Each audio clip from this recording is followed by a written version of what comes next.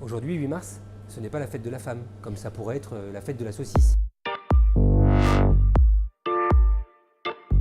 Ce n'est pas non plus un jour particulier pour offrir des fleurs aux femmes.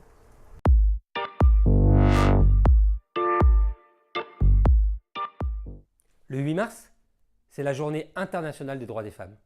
Pourquoi internationale? Parce que dans le monde entier, la moitié de l'humanité n'a pas les mêmes droits que l'autre moitié. Par exemple, 11 pays dans le monde seulement sont dirigés par des femmes.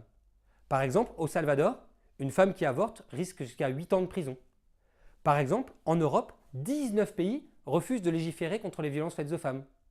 Par exemple encore, en Hongrie, on apprend que les femmes sont bonnes pour faire la cuisine.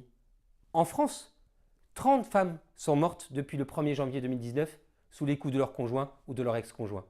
En France encore, 28% des emplois non qualifiés sont occupés par des femmes, 14% seulement par des hommes. En France encore, le salaire des femmes est en moyenne 20% moins important que celui des hommes pour le même métier.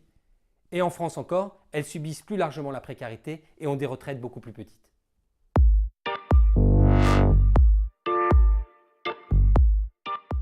Ces inégalités n'ont pas d'explication biologique ou naturelle. Elles sont le fruit d'histoires, de comportements, de lois, d'éducation qui ont été faites par des hommes pour des hommes. Même si ce n'est pas toujours conscient, dans la vie quotidienne, tout démontre avec des chiffres concrets que les femmes n'ont pas les mêmes droits que les hommes. On pourrait prendre un autre exemple. 72% des tâches ménagères sont faites par des femmes. Mais pourquoi?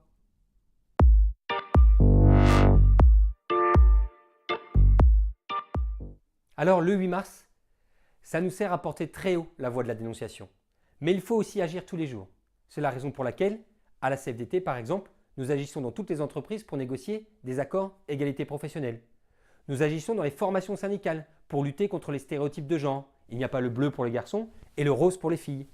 À la CFDT, nous avons instauré la parité dans toutes nos instances. À la CFDT Occitanie, par exemple, nous avons choisi l'écriture inclusive pour sortir les femmes de l'invisibilité par l'écrit.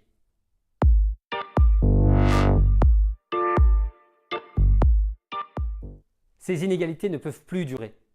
Alors le 8 mars, comme tous les autres jours de l'année, il faut le dire, le dénoncer et agir. Ça suffit.